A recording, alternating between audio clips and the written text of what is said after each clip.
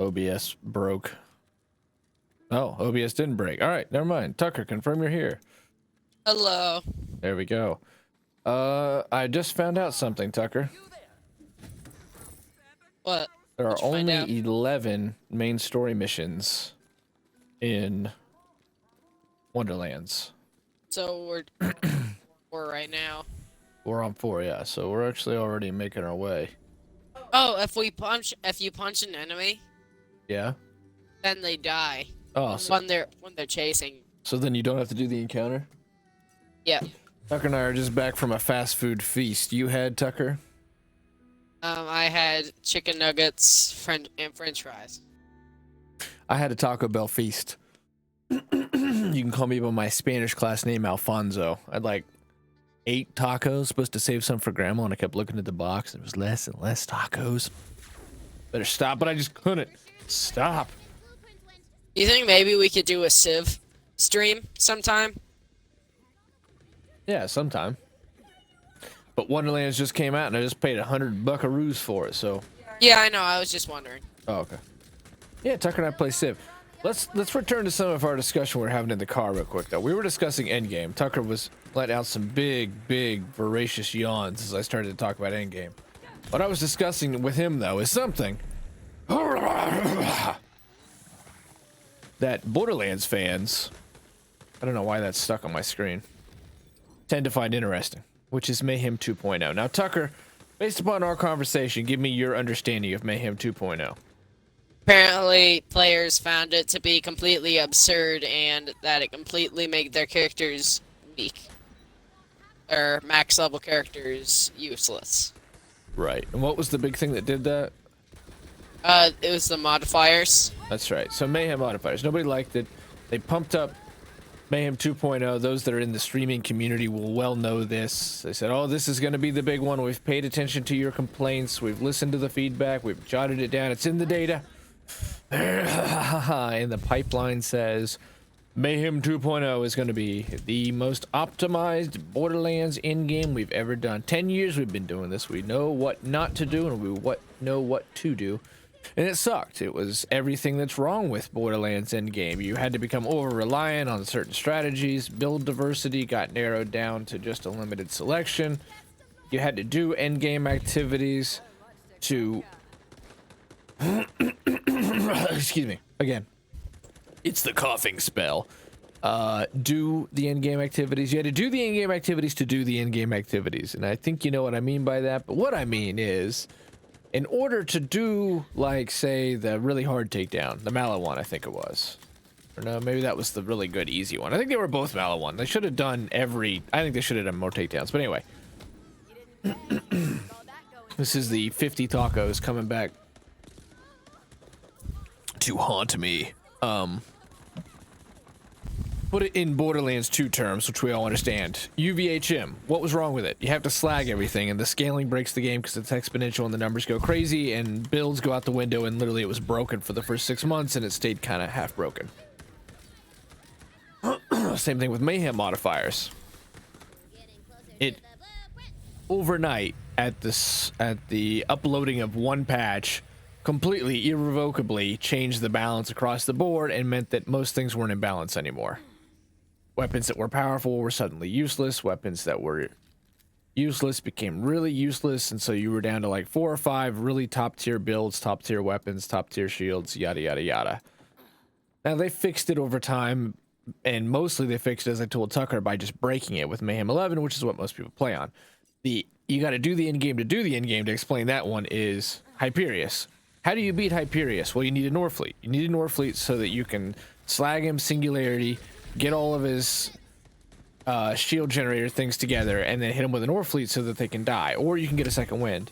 Who drops the Norfleet? Used to be. Who drops the Norfleet? It's not this way strictly anymore because you can do, I think, Verminivorous.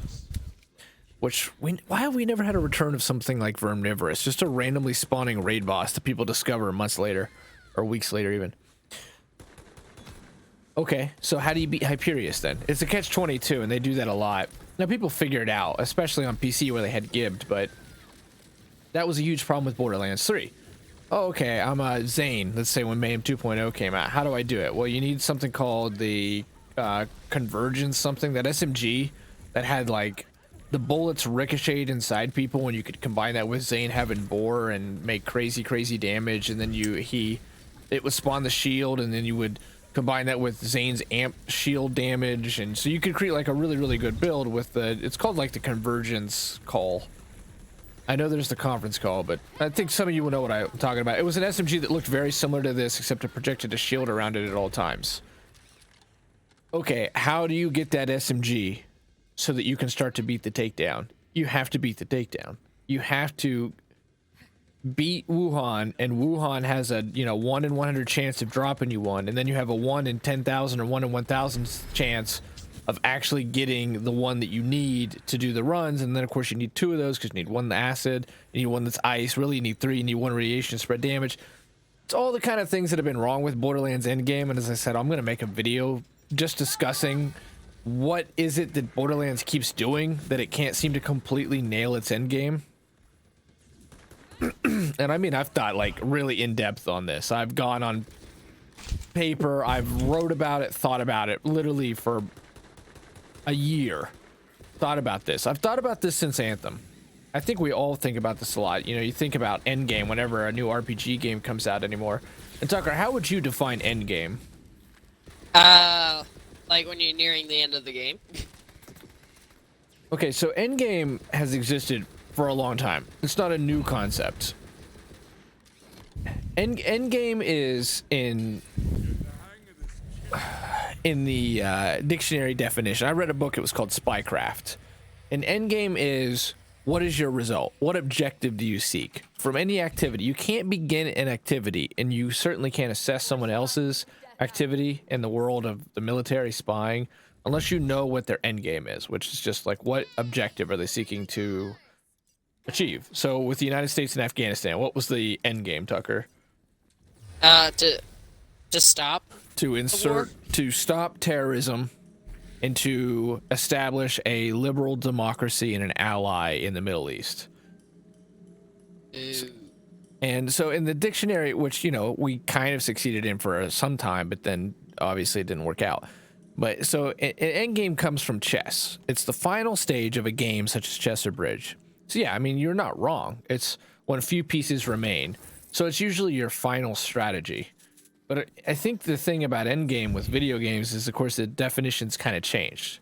You could look to a lot of games, you could say, well, that's endgame. But the way that we used to call it is just post-game. I mean, what would you think post-game is, Tucker? Like the middle of the game? Post-game as in after. So like Pokemon. What is the... Pokemon's the most, like... most people have played Pokemon. And it's the easiest to point out because it's kind of a simpler game when you get down to it. Just exactly the game design mechanics behind it. When you beat all of the gym leaders, Tucker, what is left for you to do in Pokemon? Catch more Pokemon. And?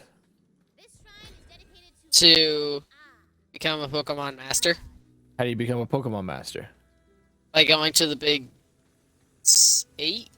You have to fight the league, right? The Master League? Yeah. Yeah, there's always like a force. That is considered your post game. Also, you can call that end game. There's synonyms for one another in video game speak. No, we don't need this. What do we need? We need pick up lead ore. So yeah, you go and you can catch 101 Pokemon. You can try to collect them all. You can try to min-max stuff, which that stuff's easy. That's just a time sink. What's a time sink, Tucker? A time sink is where you sink time. Right. Yeah, sink is just anything that you can put stuff into, run it through a drain. That's your time sink, and then your challenge element is going through and beating the Master League. And then later they added even more post-game to Pokemon's, like Platinum has that whole arena system where you can fight wave after wave. It's pre-selected teams of Pokemon, and you have to try to beat as many trainers as you can in a row. Hey, you're right, it works. So Destiny is a game that actually did pretty damn good with its end game overall. Like they really seemed to. I know it took them a long time, but they understand it on a pretty fundamental level, and they've actually been pretty pioneering in a sense. So basically every MMO on Earth, because MMOs run on endgame, and we're gonna get to a Borderlands thing, and I'm gonna end the lecture here because it's gonna be videos. But where is this damn iron ore? Oh, wait, we're supposed to go this way. Remember the deep wild darkness? Or dankness?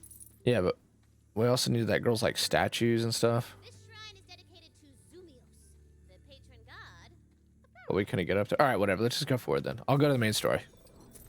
Screw it, because we're trying to like. We got Saturday to do this, and it's already 4 because we binged on Taco Bell. Endgame meta progression. Let's get to the point.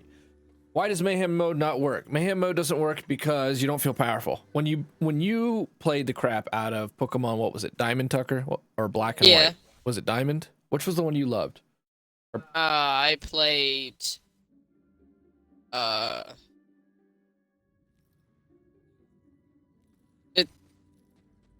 Sun and Moon. All right. Now, when you went to go fight, I know you never beat the Master League people, but were your Pokemon nerfed when you went to go fight them? It felt like it because as soon as I challenged them, I got wrecked. It felt like it, but you just said they were really high level, right? Yeah, they were like level 60. So you could have leveled and started beating them, right? Yeah. So, and also min-maxing Pokemon and stuff like that. The point is, it didn't arbitrarily just make you weaker. And that's like the #1 easiest thing to point out about Mayhem mode is, oh, you did all this work building an amazing character because you want power because it's an action RPG. And that, at the end of the day, is what you want. Let's look at the Hydra. That's the Hydra. There we go. Finally. So it wasn't a hand that came out, it was a Hydra. Well, no, wait, is it this gun that does the Hydra? I think it's this gun. Oh, yeah, and it's only a blue. Thrown weapon explodes on impact and morphs into a multi-headed Hydra companion. Ooh. This is a quest reward? So the first thing it does wrong is it arbitrarily weakens your character, which is just a lazy way of doing balance when you've allowed really powerful characters into the game. It doesn't actually supply challenge. It just is arbitrary and feels restricting and harsh on the player. Like, oh, I did all this work. I got all these levels. Why am I weak now? You're weak because the game was like, hey, instead of producing, say, like WoW raids or Destiny raids, or what's that big Korean MMO that just came out, Tucker? Can you remember its name? Uncle Derek was talking about it. Oh, I said his name. I'm in trouble. Uh-oh. Ooh. Flat Blade of the Assassin. I should not have bought that blue. And I sold it for nothing. The next thing is it also introduced much harsher scaling. Because every time you went up, it was like 400 or 500%, something insane like that. The numbers went up by, which was just exactly the Borderlands problem.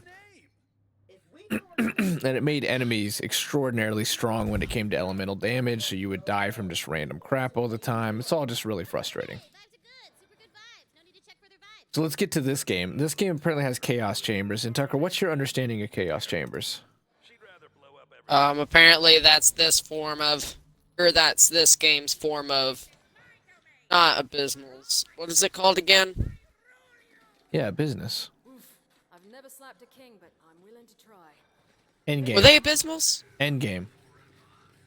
What are you talking about? Curses? No, I thought that you wanted me to ask about like the buffs that you could get randomly on weapons. Oh, yeah. Okay, well those are called, what are those damn called? Are they abysmals? No. Wonderlands. What are they calling the new annoyance?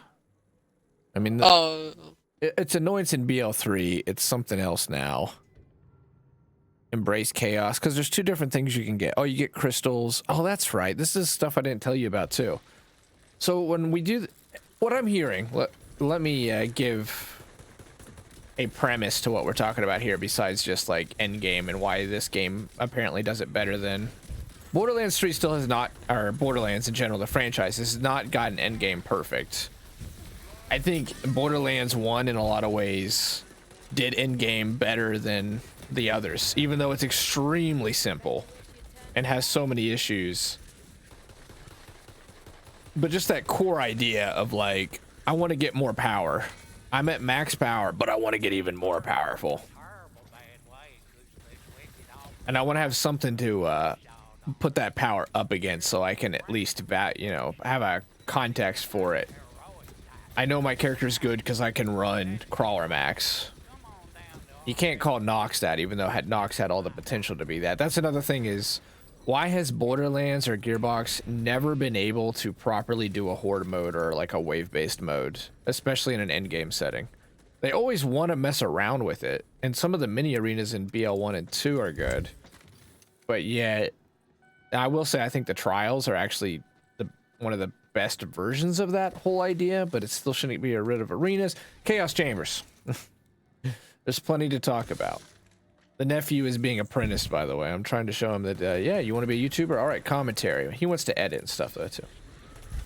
You get crystals, and the enemies drop crystals, and the better you do, the more crystals you get, and then you feed those crystals into totems at the end of it, Tucker, and they will spit you out gear. So the more crystals you put in, the higher tier the gear will be. And the better the annoyance, we'll call them for now until we know the name of it. Really loving this level design still, and this Shroom Forest has been a nice change of pace from skeletons, and I'm glad there's some color that's been introduced.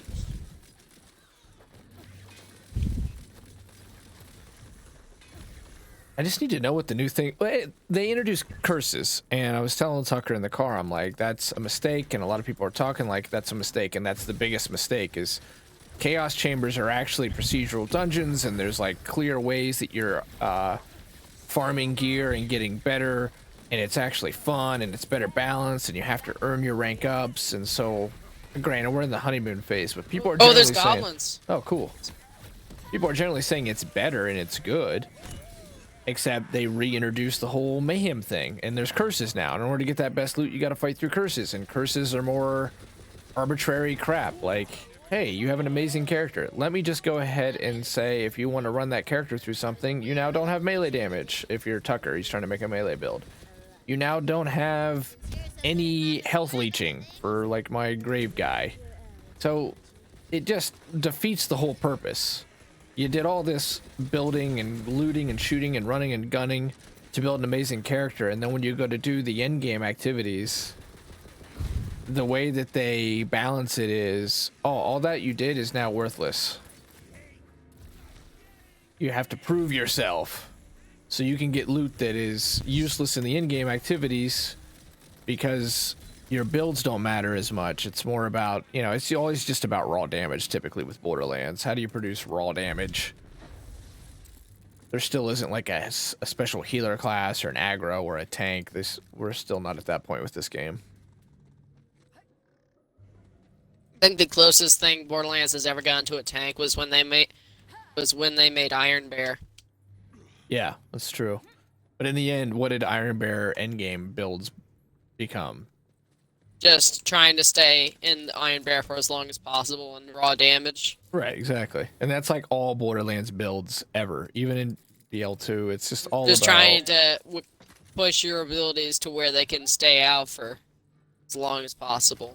Yeah, it's all about given enemies. So, like, even though it's a 4-player game, they've never done the whole Destiny thing or what MMOs do, like ESO Online, where you really need to figure out what you're good at. That's... Hey, truck. Look. Tooth Fairy. Which Borderlands does so much right. There's a reason I'm a fan of it. Like, I was telling Tucker last night, Borderlands, you can't find another game like Borderlands. Where's the Tooth Fairy at? This tooth? Oh. Got teeth. Oh, nice. Oh, they made him really ugly and creepy looking. Nice.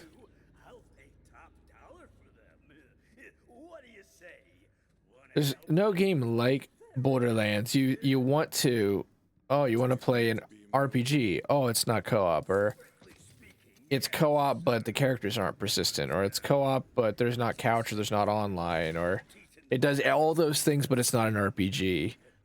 It's weird how Borderlands is really alone in how many of the boxes it checks.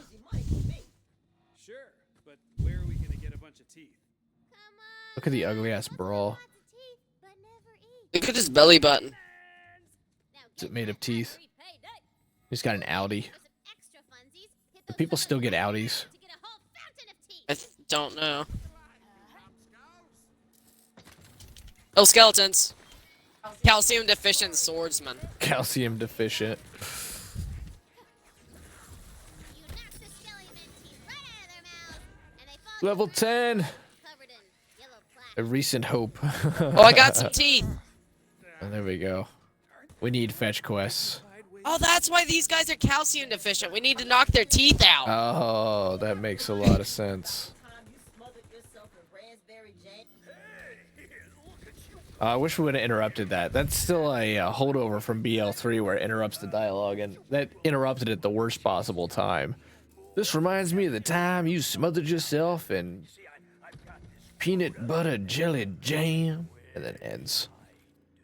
That's maybe my favorite chest ever in Borderlands. We Which have chest? no mopals. There's no mushroom in here. Over here, it's like a wood chest, and the loot like grew out of it. Ugh. Anyone else notice he was kind of evasive?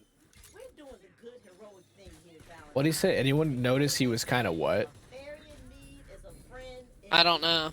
Don't pretend you're not just in this for the sweet payday at the end. what? Adventuring isn't free. Hey, save my life, Tucker. I'm doing my loot. Okay. Are we still collecting teeth? Yeah. Good thing these guys are calcium deficient. They take a lot of damage. There's another part of me though, Tucker, that just feels like lucky that we have Borderlands, because this is a game your uncle, let's say, what's his name on Steam? Hugo Miller. Hugo, yeah. Hugo and I, we had Game Informer, and he saw the ad for Borderlands. He's like, this game looks perfect for us. And we both pre-ordered it, and we went hard, and so did my buddy Seth and all of us. And I've been a fan since. And it's always nice to watch a game franchise continue to modernize and update and keep going. And not die like so many have, like Fable, and even those that are still around but didn't actually continue to grow. For all of Borderlands is like, oh, it's so close to being Game of the Year again. It's so close to reaching what Borderlands 2 was. It's still continued to get better through the years, and they've still continued to grow as a company, it seems to me. And I gotta say that so far, Wonderlands, even though we're really early in it, It's pretty fun. it's pretty fun. Like, the nephew's having fun. He wasn't that into BL3. We beat it together, but I could tell, like, Buckslayer didn't love BL3. You beat BL3, Tucker. What was your kind of final opinion on that? I don't really remember any much from it. I remember the giant tree monster, and that's pretty much it. What did you think of Mose? Oh yeah, that's her name. Yeah, I liked her. Since she had a mech. Tucker wanted the mech to be more of the focus. I remember that.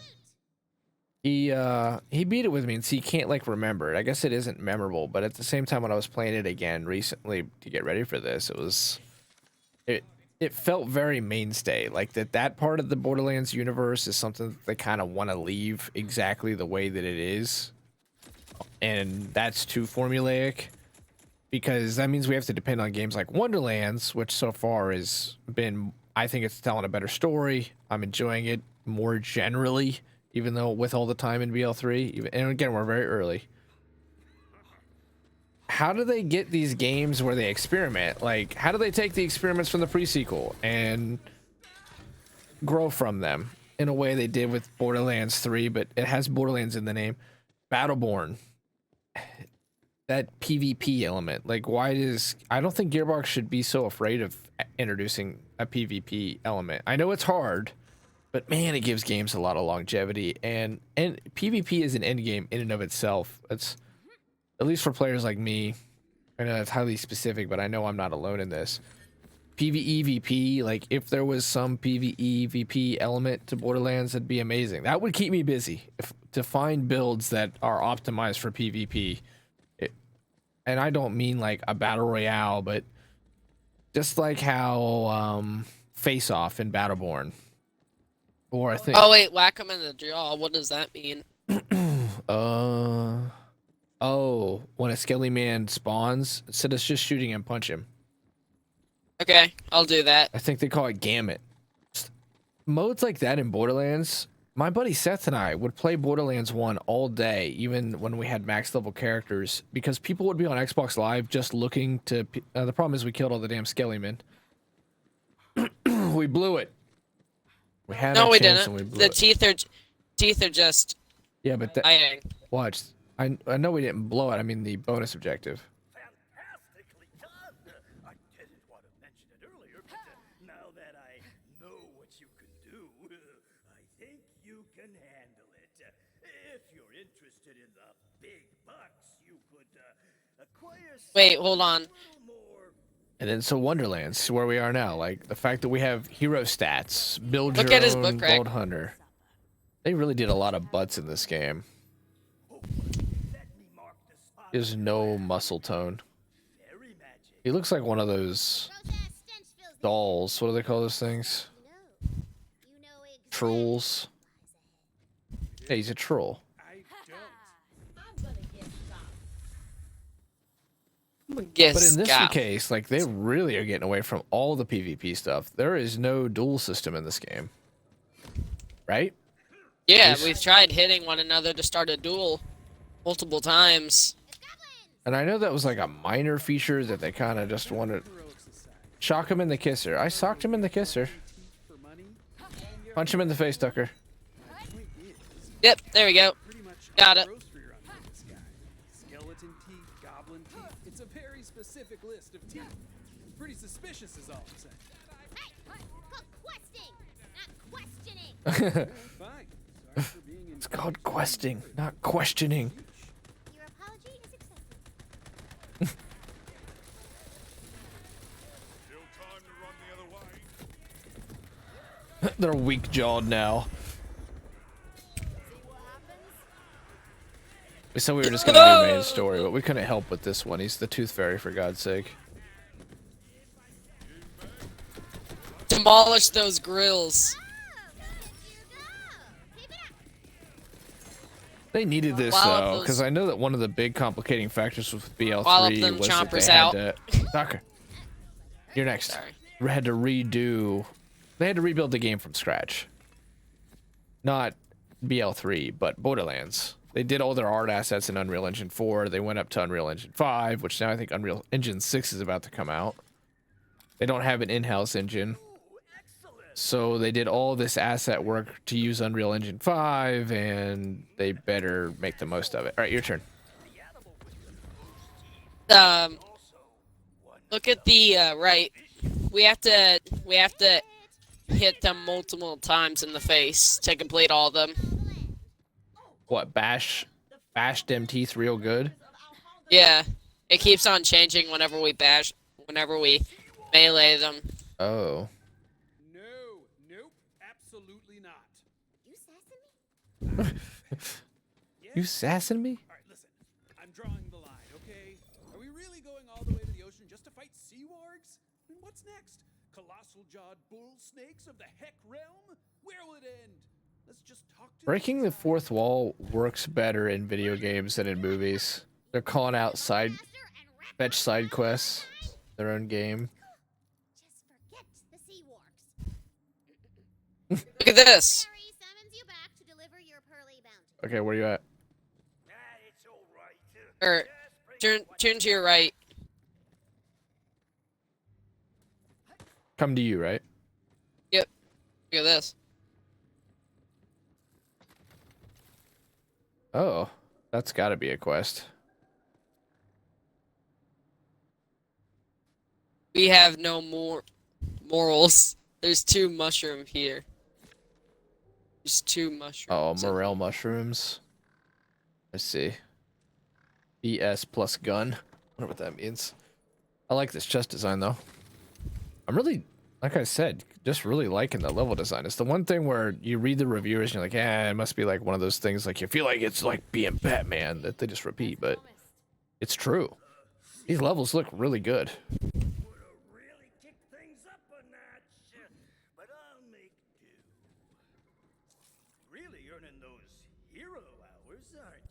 Is this going to be more liked by the fans than Borderlands 3? Is it going to sell better? I think it's already reviewed really well. Let's check the Metacritic. About local culture.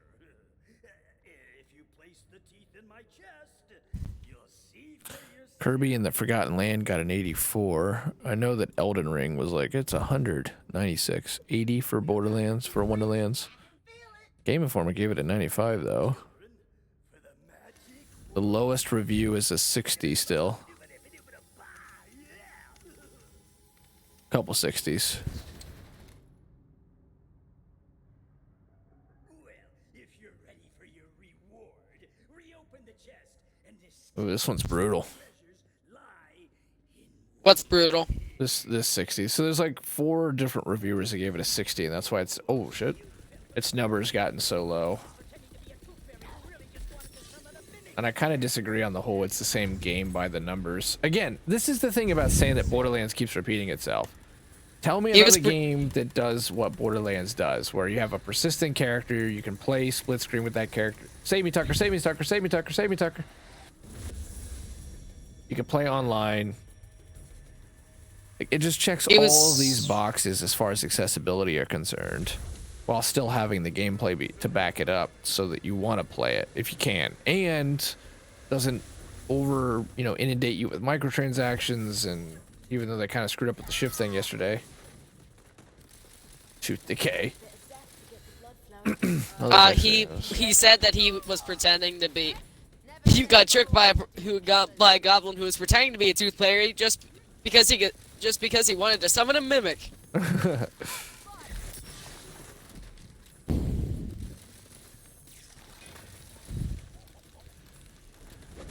Wait, are we supposed to kill the tooth fairy? Oh, yeah. Yeah. Ow, tooth decay. Looks like magic's back on the menu. Where is he? Damn it. He's up on the roof. Oh, he's immune to dark energy. Because he's already dark enough. Yeah. That would make sense. Where is he? On the roof. I don't see him there. He actually, like, took cover. It's kind of impressive. Oh, I see. He does way too much teleporting, though. That was such an epic build-up for nothing. Whoa, look at that. He's blocking shit.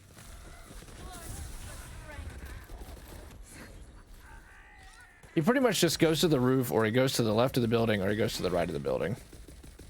He's Oh, look, flying. little. Just as I said that.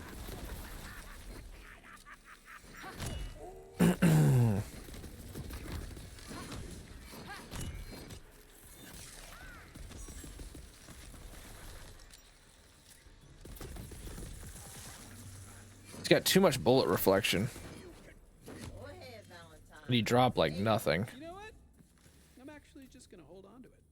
Save it for a rainy day. So you're playing the long game, huh? Yep. Picked it up from a guy I know.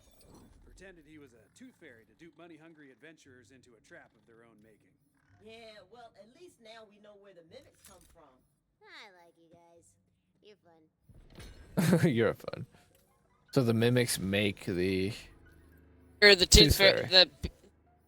Go ahead. So the tooth goblins pretend to be tooth fairies. That way they can get teeth, and then they put teeth in his chest, and then the teeth combined with the chest becomes a mimic. Nice. Oh my god, this review is one of those clickbait. It's harsh for the sake of getting views. Hey, take it from me. I'm a long-term Borderlands fan. I've played the hell out of the franchise. I know there's a lot of you guys out there. So far, Wonderlands seems good. Seems good. I'm liking it. I think it does enough different.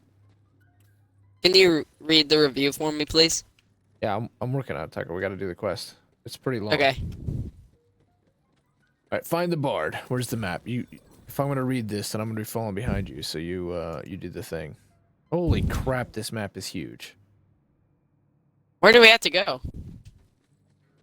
The middle of it. We need a vending machine. Borderlands is a series that has largely refused to grow with the times. When you've put the first and third games next to each other, it's shocking that there was a decade between them because of how similar they are. That is not true. That is not true at all. Like, yes, There's still many similar- Borderlands games. There are many differences. There's many differences in it. That's like saying that Skyrim plays like Oblivion. Well, yeah, it's still an Elder Scrolls game. Or Madden plays like Madden. It's still a Madden game. People do that all the time. Once you have a game franchise, it's going to play a certain way. Halo still plays like Halo. That's why Halo Infinite in some ways is like, I could take it or leave it a little bit because it's like I've already played it before. But that's okay. It's still Halo. If you... I made a video on this with Halo Infinite. If you deviate too far from the formula, people hate you for it. But yet, if you stay the same, people get bored with you. That's why it's so hard to have really long-term game franchises. But this guy's not played enough Borderlands to be saying that 1 and 3 are the same, because Borderlands changed a ton just with Borderlands 2, and Borderlands 3 is the extension of 2. Does he say how long he's been playing? Doesn't seem to. Because so when Tiny Tina Wonderlands was announced, I was intrigued as to whether the spinoff would break out of the mold of the series has cast itself in. Wonderlands is a sequel to the Borderlands 2 DLC, Tiny Tina's Assault on Dragon Keep. It revisits the concept of playing a campaign of bunkers and badasses with Tiny Tina as the bunker master. DM. As such, alright, hold on, kill stuff.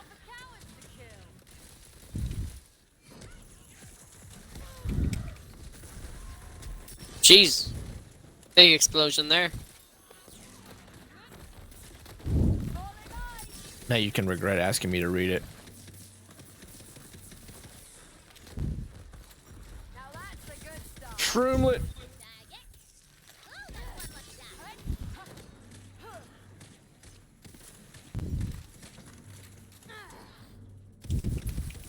I also like a lot of the UI work, or the GUI, I guess it would be in this case.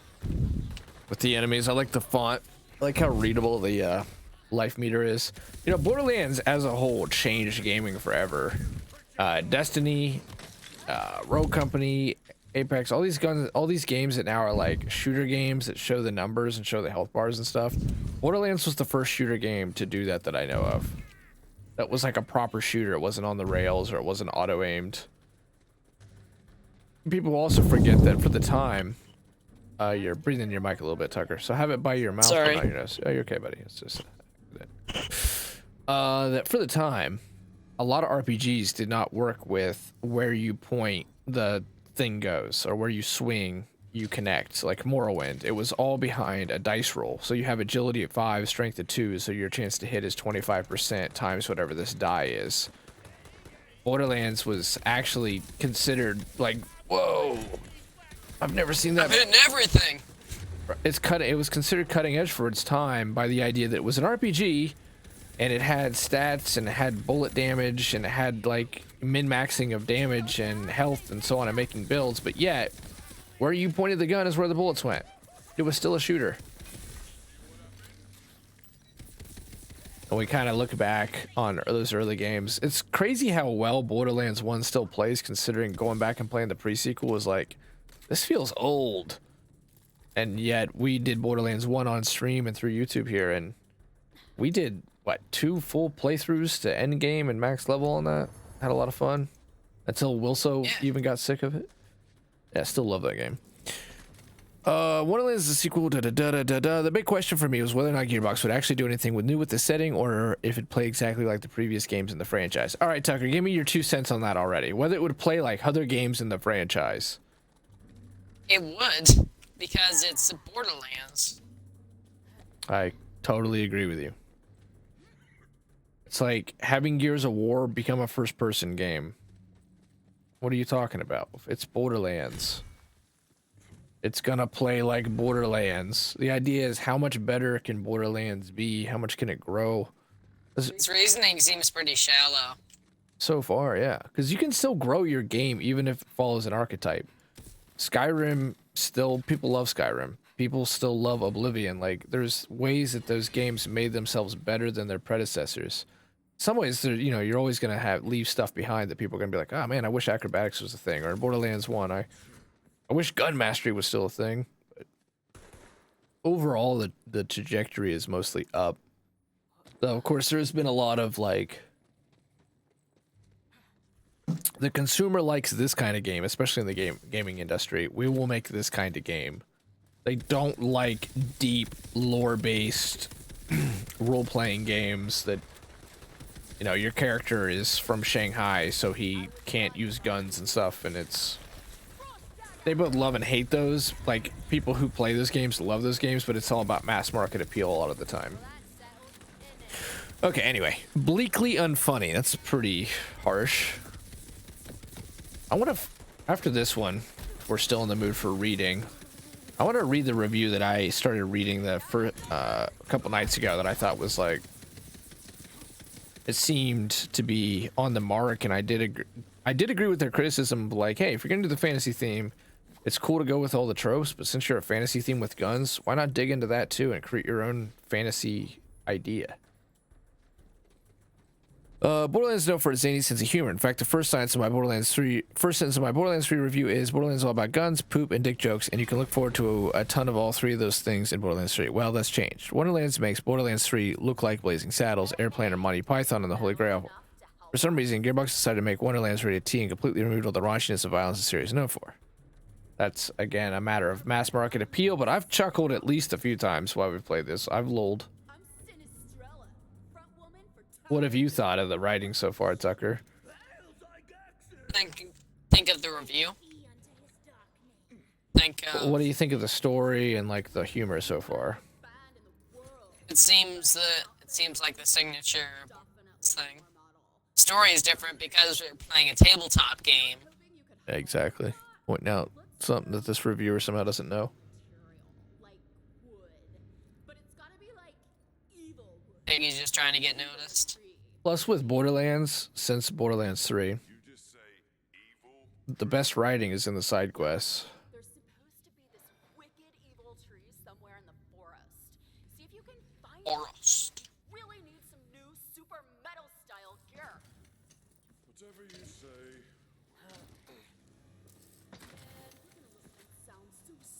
Tucker, I dropped you some stuff out here. This gun has a blade on it, so it's kind of like you're equipping another melee weapon. And by having it on, you're going to do more melee damage, which I'm sure also stacks onto your melee weapon. You sniveling crap stain! Yeah, I hope you dead. You thin-skinned rich boy metal wannabe. What are these guys up to? I'm more metal than anyone! Especially you! Yeah, whatever you say, Aiden.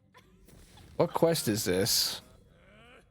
My name is Archon! Oh, is it?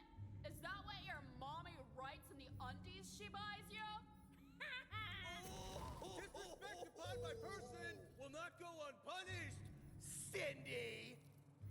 Call me that one more time, and I'll sacrifice you to our dark demonic lord Zygaxis. Who? Oh, is that your widowed imaginary friend? You pay for that insult, little man. What? Hey, Rock, I want to trade. You'll pay for that. Well, here's this stuff. Just drop me this stuff. Hey, got it! Yes, I'll keep reading this while you work on that. suffer in ways you could never. All that's left is misjudged, irreverent humor, and overall veneer. Oh, wow. Thank you.